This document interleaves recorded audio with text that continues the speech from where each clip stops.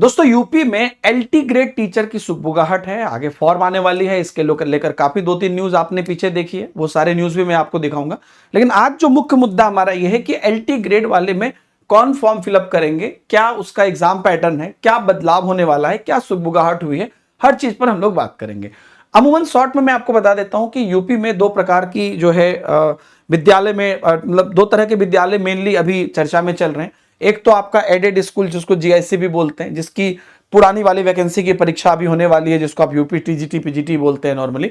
तो उसके लिए भी आगे फिर से वैकेंसीज आनी है, तो वो एडेड स्कूल या जीआईसी उसको आप बोल सकते हैं। दूसरा होता है राजकीय स्कूल, जिसमें एलटी ग्रेड और प्रवक्ता बोलते हैं, मतलब टीजीटी और पीजीटी को एलटी ग्रेड और प्रवक्ता बोलते हैं।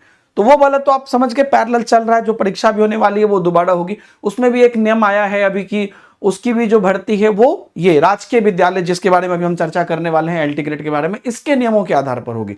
तो उन सब बात पर हम जाएंगे, सारी नोटिस मेरे पास है, मैं आपको दिखाऊंगा। लेकिन आज मुख्यतः बात करने वाले हैं कि जो एलटी ग्रेड है ये इसकी लास्ट टाइम वैकेंसी 2018 में आई थी और अभी इसकी फिर से सुगबुगाहट है। तो उसके बारे में भी आपको हर एक जानकारी जो है ना, सारी पीडीएफ में Deepak Himanshu sir text book Telegram channel पर दे दूंगा, उसकी लिंक नीचे है, ताकि अगर आपको सुकून से बैठ के सब कुछ पढ़ना हो तो आप देख सकते हैं। अभी मैं इससे पहले कि आपको बाकी जो न्यूज वगैरह है वो दिखाऊं जो लेटेस्ट आया है, पहले आप देखिए कि एलटी ग्रेड में 2018 में जो आई थी उसमें क्या क्या एलिजिबिलिटी या इत्यादि चीजें थी और उसमें क्या परिवर्तन अभी हो सकता है। तो उस टाइम जब फॉर्म आया था तो उसके अंतर्गत यहां पर क्लियरली मेंशन किया हुआ था कि आपका जो है फीमेल और मेल दोनों की अलग अलग रिक्रूटमेंट होती है, मतलब दोनों का जो सीट होता है वो अलग अलग होता है। तो उसकी अलग अलग सीट की संख्या निकली थी और इस बार भी अभी आपको सेम रहेगा इसी तरह का कि आपको मेल के लिए और फीमेल के लिए अलग अलग प्रकार की अलग अलग नंबर ऑफ वैकेंसीज आ रही है इस बार भी। अब यहां पर जो इसका फॉर्म वॉर्म फिलअप करने का जो शुल्क होगा वो तो चाहे वो पुराना वाला ही रखे। जो मेन बात है, तो पहली बात इसमें ना ऐसा नॉर्मल रहता है, भारतीय नागरिक होना चाहिए, तो इसमें कहीं भी ये मेंशन नहीं रहता है कि आप जो है अदर स्टेट के हो तो आप नहीं भर सकते हैं। हालांकि काउंसलिंग के टाइम पर या इंटरव्यू के टाइम पर कुछ अभ्यर्थियों को दिक्कत आई है, लेकिन ऑफिशियली कहीं पर ये मेंशन नहीं रहता है कि आप अदर स्टेट के हैं तो आपको नहीं लेंगे, ऐसा नहीं रहता है। बस इतना रहता है कि जनरल में ट्रीट किया जाता है। अब शैक्षिक अर्हता में अगर आप देखें तो अमूमन एलटी ग्रेड जो है वो 6 to 10 को बोलते हैं, ठीक है। हर स्टेट का अपना अलग अलग है, कहीं पर 6 to 8 9 10 अलग अलग है, दोनों टीजीटी है लेकिन दोनों अलग अलग है। कहीं पर 1 to 5 6 to 8 को एक साथ रख लेते हैं, लेकिन यहां पर क्या है 6 to 10 को एलटी ग्रेड बोलते हैं, प्रवक्ता को 11-12 बोलते हैं। तो जो 6 to 10 है तो आप अंडरस्टूड है इसको कि उस समय पर जो उनकी पात्रता थी उस 2018 में वो थी ग्रेजुएशन आपके पर्टिकुलर सब्जेक्ट में प्लस आपका बीएड, यही दो पात्रता थी।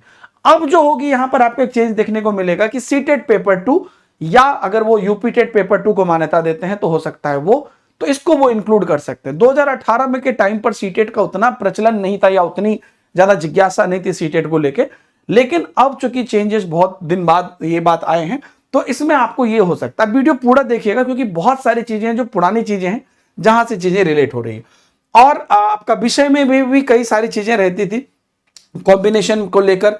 तो वो तो आपको क्लियर है कि ग्रेजुएशन है तो आप जिस सब्जेक्ट से हैं उसी सब्जेक्ट को आप अप्लाई कर सकते हैं। और उसके बाद यहां पर देखिए कि जो इसका हम आते हैं अब एग्जाम को लेकर, तो फॉर्म भरने का प्रोसेस भी यहां पर आपको दिया रहेगा इस बार भी जब आएगा। ये 2018 वाला नोटिफिकेशन मैं जुगाड़ करके लाया हूं ताकि आपको मैं अच्छे से बता सकूं। अब यहां पर हम चलते हैं, इसका जो एग्जाम पैटर्न था, एग्जाम पैटर्न 150 नंबर का होता था और इस 150 नंबर में एलटी ग्रेड में आपको 30 क्वेश्चन सामान्य अध्ययन के होते थे। इस सामान्य अध्ययन में आपको जैसे किसी भी कोई भी सामान्य अध्ययन होता है कहीं पर भी परीक्षा, जिसमें कि हिंदी, इंग्लिश, मैथ, रीजनिंग, थोड़ा सा जीके, जीएस, ज्योग्राफी, ये सब चीजें, तो ये सब कुछ का सम्मिश्रण आपको रहेगा 30 नंबर का। मुख्य परीक्षा आपकी 120 नंबर की होगी जो आपका मेन सब्जेक्ट आपका होगा। तो टोटल 150 नंबर की परीक्षा होगी, 2 घंटे की परीक्षा और 150 मार्क्स का होगा। तो यही बस एक परीक्षा होती थी जिसके आधार पर सिलेक्शन होता था। वहीं पर जब प्रवक्ता राजकीय विद्यालय में होते थे तो उसमें आपका जो रिटर्न होता था उसके बाद इंटरव्यू भी होता, सॉरी मेंस भी होता था। तो रिटर्न के बाद मेंस भी होता था, लेकिन उसका जो रिटर्न होता था ना वो 120 नंबर का ही होता था और वो उसके बाद जो है उसका मेंस भी होता था। तो अभी हम एलटी ग्रेड पर फोकस कर रहे हैं, तो ये पूरी चीज आपका यहां पर हो गया। उसके बाद सिलेबस भी आपको यहां पर मेंशन किया गया है और सिलेबस में कुछ चीजें इंपॉर्टेंट देखिए जैसे दी हुई है, जैसे कि अगर आप एसएसटी की बात करते हैं तो एसएसटी पुरुष महिला में आपको 4 खंड होंगे, जैसे कि भूगोल, इतिहास, अर्थशास्त्र, नागरिक शास्त्र, इसमें से आपको प्रत्येक खंड में 60 प्रश्न होंगे। आपको उन 4 में से किसी 2 खंड का चयन करना पड़ेगा, क्योंकि दोनों में आपको 60-60 कोई 2 खंड का चयन करके 60-60 क्वेश्चन बना दीजिए तो 120 क्वेश्चन आपका हो जाएगा। ऐसे ही आपको पूरा सिलेबस, पूरा पीडीएफ दिया हुआ है सिलेबस का, वो आप यहां पर देख सकते हैं। ठीक है, तो ये हो गया आपको। एज की अगर हम बात करते हैं तो एज को लेकर यहां पर था कि 40 वर्ष तक, मैं आपको दिखा देता हूं, अब कहीं पे लिखा हुआ है 40 वर्ष तक आप अप्लाई कर सकते हैं। और उसके बाद फीमेल को और बाकी कैटेगरी वाइज जो है कुछ छूट भी वहां पे रहती है। ठीक है, तो वो भी यहां पर आपका रहेगा, देख लीजिए कि 40 वर्ष तक आयु सीमा होनी चाहिए। और उसके बाद दिव्यांगजन हेतु अधिकतम आयु सीमा 55 वर्ष है। और ऐसे ही आयु सीमा में जो छूट है ना, वो उत्तर प्रदेश के जाति या उत्तर प्रदेश के जनजाति, मतलब लोकल लोगों को ही छूट है। तो इन सब लोगों के लिए, पिछड़े वर्ग के लिए इत्यादि सबके लिए जो है 5 वर्ष की अनुमानित छूट यहां पर दी गई है, खिलाड़ियों इत्यादि सबके लिए। तो वो सारी छूट जो होगी वो होगी। तो ये सब चीज आप इस बार भी देख सकते हैं। तो ये जो है आपका उत्तर प्रदेश लोक सेवा आयोग है। और वो जो है राजकीय जो एडेड वाला है, जो यूपीटीजीटी का एग्जाम होने वाला है, वो उत्तर प्रदेश सेवा चयन आयोग आप उसको कहते हैं। तो ये पूरा सिलेबस यहां पर दिया हुआ है, तो कि किस प्रकार से परीक्षा होगी, क्या क्या सिलेबस रहेगा, तो सब कुछ यहां पर आपको दिया हुआ है। अभी मैं आपको आता हूं, जो अभी यहां पर 2-3 चीजें अपग्रेड में आई है। प्रवक्ता की तरह एलटी ग्रेड भर्ती भी अब 2 चरणों में होगी। 2-3 न्यूज है जो पिछले 10 दिन से आपने देखा होगा, मैं सबको समराइज कर रहा हूं।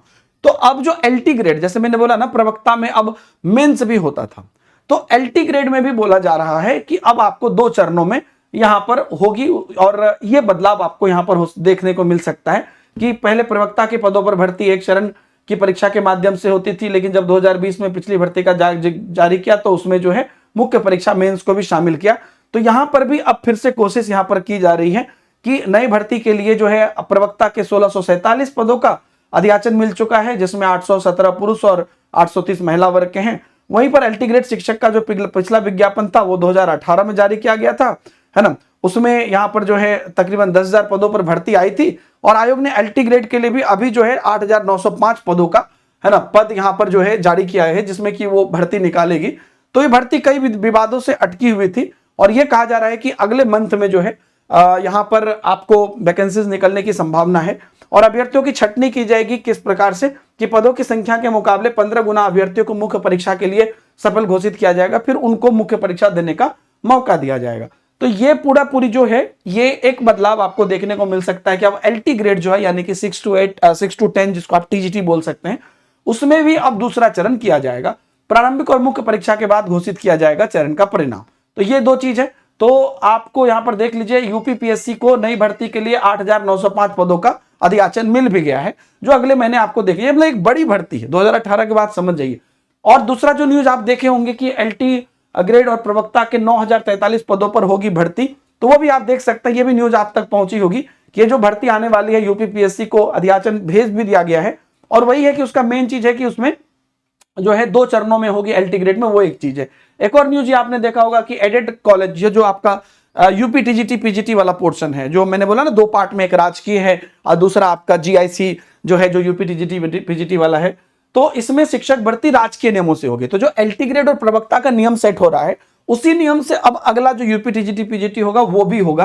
तो ये सब कुछ अपडेट है दोस्तों। और ये जो है ना, जीआईसी में प्रवक्ता के लिए बीएड अनिवार्य, जो आपका जो यूपी टीजीटी पीजीटी वाला है उसमें भी बीएड अनिवार्य होगा। क्यों? क्योंकि उसमें भी बीएड अनिवार्य था एलटी ग्रेड वाले में। तो उसमें कई सारी चीजें यहां पर अभी इंक्लूड हो रही है। लेकिन ओवरऑल आप ये मान के चलिए कि जो एलटी ग्रेड की जिसकी हम आज बात कर रहे हैं, इसकी वैकेंसीज आपको बहुत जल्द देखने को मिलेगी। और ये इसका पूरी जो है एलिजिबिलिटी है, हर एक चीजें हैं जिसके अंतर्गत की आप चीजों को अच्छे से समझिए, देखिए और अपनी जो है पूरे एकदम डेडिकेशन के साथ तैयारी में लगे। कोई अगर जानकारी की जरूरत हो तो हमें जरूर बताइए। बहुत बहुत धन्यवाद। Thank you very much. Bye bye. जय हिंद।